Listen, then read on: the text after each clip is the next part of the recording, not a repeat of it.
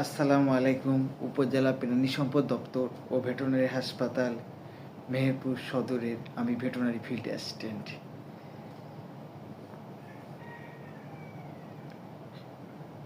বর্তমান সময়ে সারা বাংলাদেশে বিড়ালের কামড়ে মানুষের বাচ্চার র্যাবিস বা জলাতঙ্ক হচ্ছে। তাই আমরা বিড়ালকে জলাতঙ্ক মুক্ত করতে হবে। এ কারণে বিড়ালকে ভ্যাকসিন দিতে হবে। বিড়ালের র্যাবিস ভ্যাকসিনটা দিয়ে নিলে আপনার শিশুকে বা বাচ্চাকে কামড়ালে জলাতঙ্ক হবে না। তাই আপনারা যারা বাড়িতে বিড়াল পুষছেন অবশ্যই বিড়ালের র্যাবিস ভ্যাকসিনটা দিয়ে নেবেন।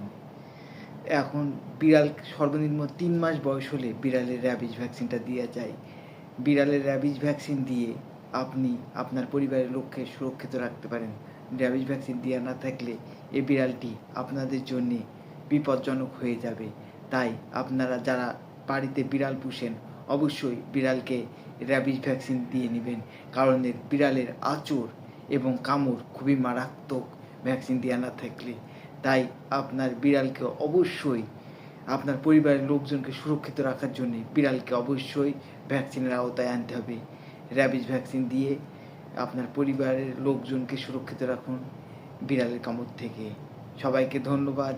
আসসালামু আলাইকুম।